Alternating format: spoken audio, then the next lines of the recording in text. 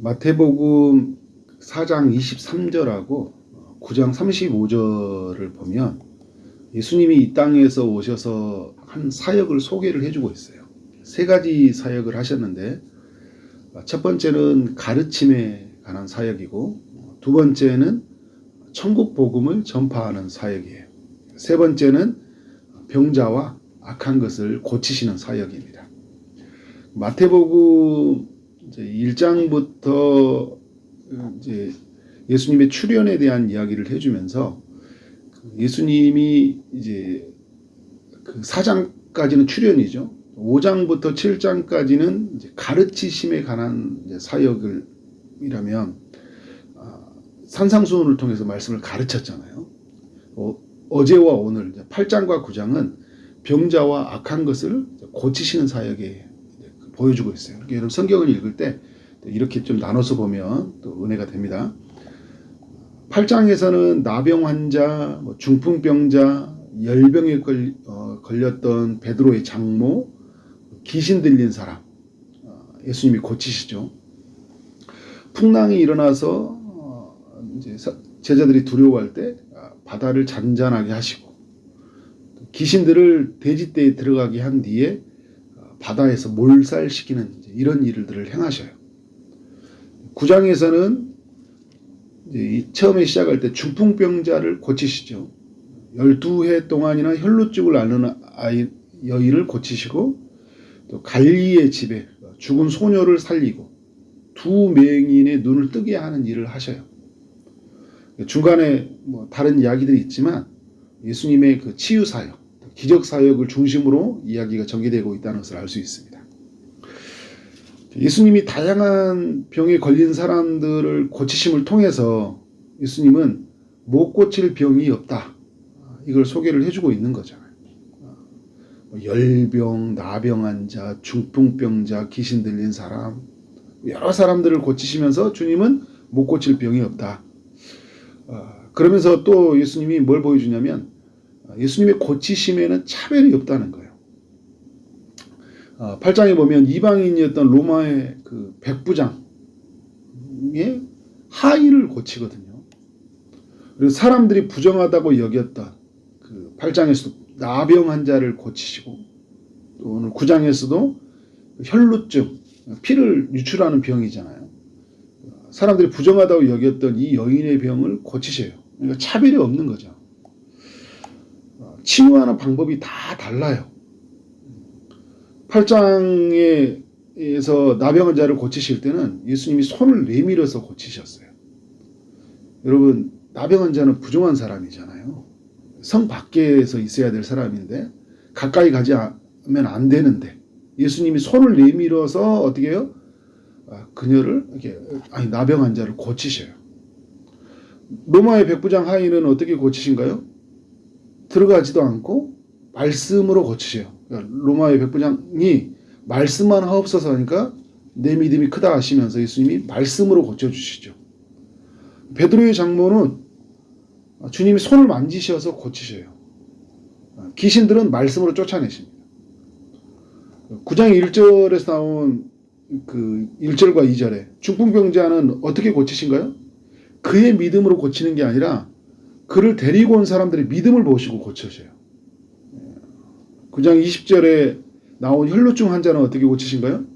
그녀가 예수님의 옷자락만 만져도 구원을 받겠다, 치유를 받겠다는 그 믿음으로 인해서 그녀의 믿음으로 고치시잖아요.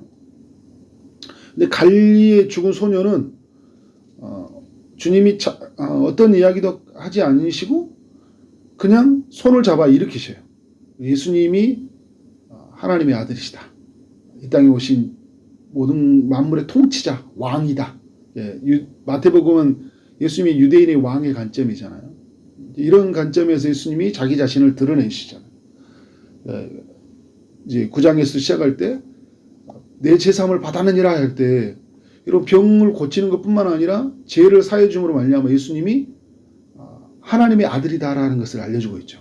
그래서 마태복음 16장에서, 마태복음이잖아요. 베드로가 예수님을 향해 뭐라고 이야기해요? 주는 그리스도요, 살아계신 하나님의 아들입니다 이야기하잖아요. 하나님의 아들입니다라는 이 마태복음은 유대인의 관점을 썼기 때문에 하나님의 아들은 곧 하나님이라는 이제 이런 의미를 가지고 있거든요. 예수님의 이 치유 사건을 통해 예수님은 나는 하나님이다. 하나님의 사명을 가지고 온 그 아들이다. 이제 그거를 이제 드러내면서 또 바다를 잠잠케 하시는 이 역사를 보면서 하나님의 미심을 드러내고 온 우주의 만물을 통치하는 왕으로 오셨다는 것을 또 알려주고 있죠. 그 왕이 오셔서 치유를 하시는데 치유하는 방법이 다 다르다는 거예요. 여러분 우리가 사람들이 뭔가 아프면 해결화 시킬 때가 있어요. 이렇게 해봐라. 이렇게 하면 낫다더라. 막 이렇게 하잖아요. 우리가 어떤 해결화 시키는 것에 거기에 관심 있는 게 아니라 우리를 치유하시는 예수님을 바라봐야 돼요. 거기에 답이 있어요. 근데 꼭 이렇게 하면 낫는다는 것들이 뭘 믿는 거예요? 어떻게 보면 주님을 믿는 게 아니라 그런 방법을 믿는 거잖아요. 잘못하면 잘못된 종교가 되어버릴 수 있는 거예요. 이렇게 해야지 낫는다. 그래서 막 엉뚱한 행동을 많이 해요. 하다가 때리고 침을 뱉고 막 하고 그걸 그렇게 해서 그걸 고친다고 하는 거예요.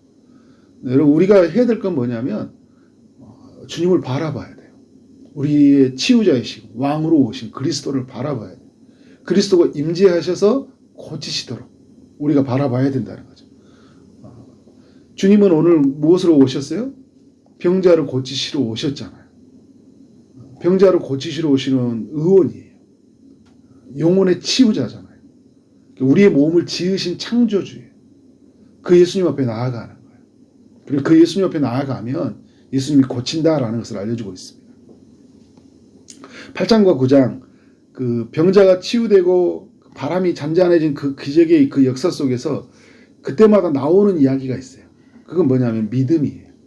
8장과 9장 이 병자 치유 사건을 통해서 믿음이라는 단어가 나오는데 8장 10절에서 백부장의 믿음을 보고 들어오지 말라고 이야기하면서 말씀만 하라고 하잖아요. 그러니까 이만한 믿음이 없다고 하면서 내 믿음대로 될지어다 이야기를 해요.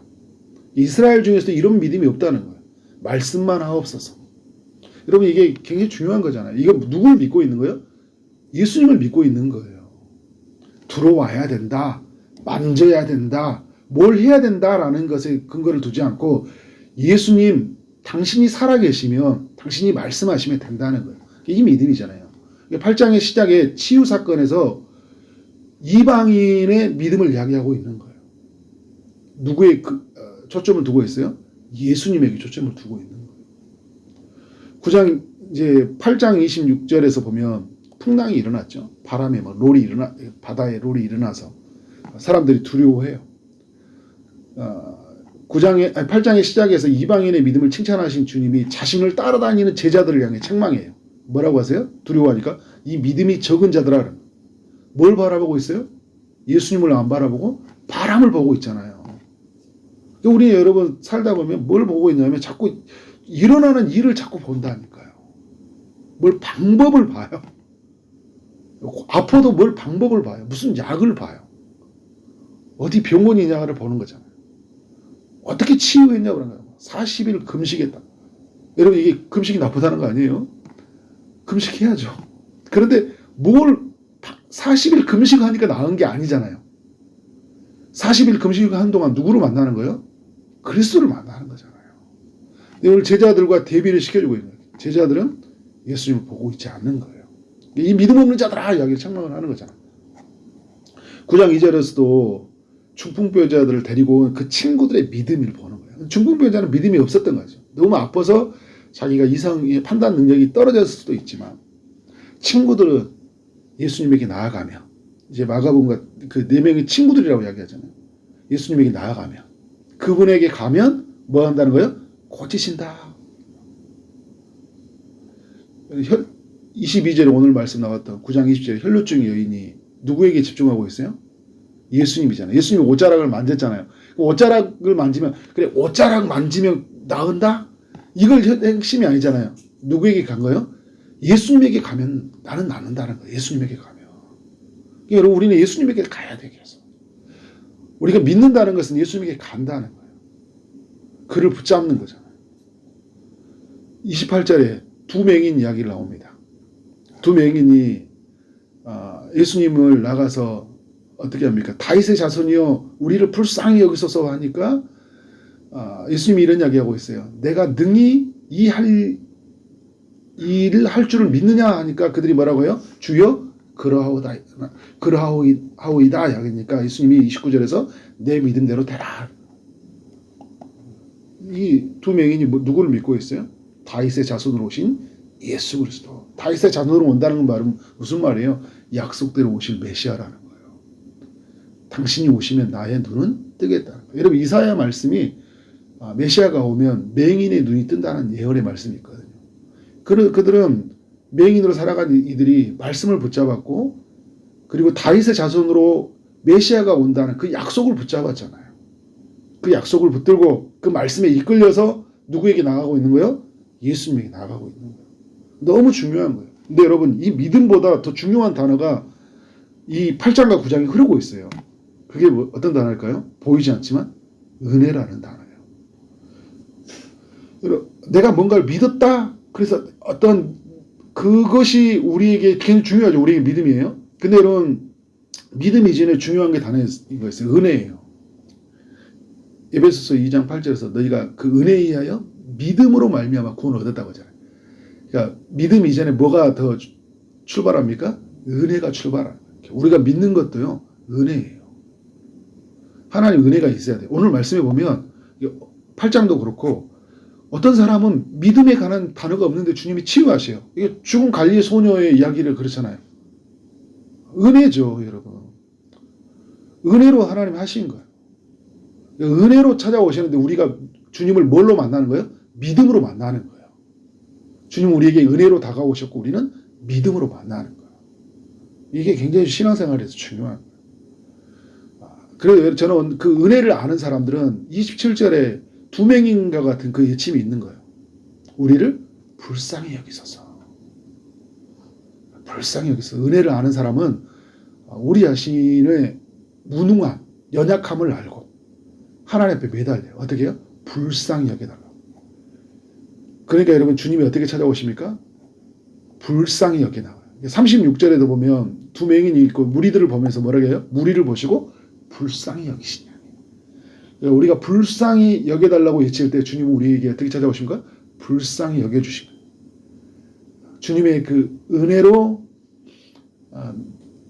나아가는 자들, 그 은혜를 아는 사람들은 불쌍히 여겨달라고 하고 은혜로우신 주님은 우리에게 불쌍히 여기심에 다가오시는 거예요. 그때 우리는 믿음으로 주님을 만나는 거예요. 그래서 그 믿음으로 만날 때 우리 안에서 뭐가 일어납니까? 치유가 일어나는 거예요. 우리 주변에 아픈 사람들이 있습니까? 여러분 안에서도 혹시 마음이 아프거나 여러 가지 어려움들이 있습니까? 풍랑이 일어나는 것처럼 내 인생에 요동치는 일들이 일어나고 있습니까?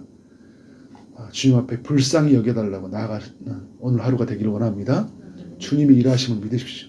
우리의 모든 문제를 잠잠하게 하시고 치유하신 그 주님을 바라보십시오. 주님이 찾아오셔서 여러분의 삶 가운데 일하심을 저는 믿습니다. 그렇게 살아가는 오늘 하루 평생의 삶이 되기를 주의 이름으로 축원합니다. 아멘. 기도하도록 하겠습니다. 하나님 아버지, 마태복음 8장 9장 주님의 그 치유하심, 기적을 베푸심으로 말미암아 주님이 하나님의 아들이시고 또 온 세상을 통치하는 왕이시고 우리의 진정한 치유자이고 회복자라는 것을 알게 하시니 감사합니다. 우리가 주님 앞에 나아갑니다. 주님, 우리를 고쳐 주옵소서. 주님, 우리 주변에 연약한 사람들이 있습니다. 마음이 아프고 삶에 힘든 사람들이 있습니다. 인생에 여러 요동치는 그런 풍랑을 만난 사람들처럼 좌절하고 힘들어하는 사람들이 있습니다. 무서워하는 사람들이 있습니다. 주님, 저들 가운데 찾아가셔서 일하여 주옵소서, 고쳐 주옵소서, 회복시켜 주옵소서, 내 믿음대로 될지어라는 주님의 말씀을 붙잡고 나아갑니다.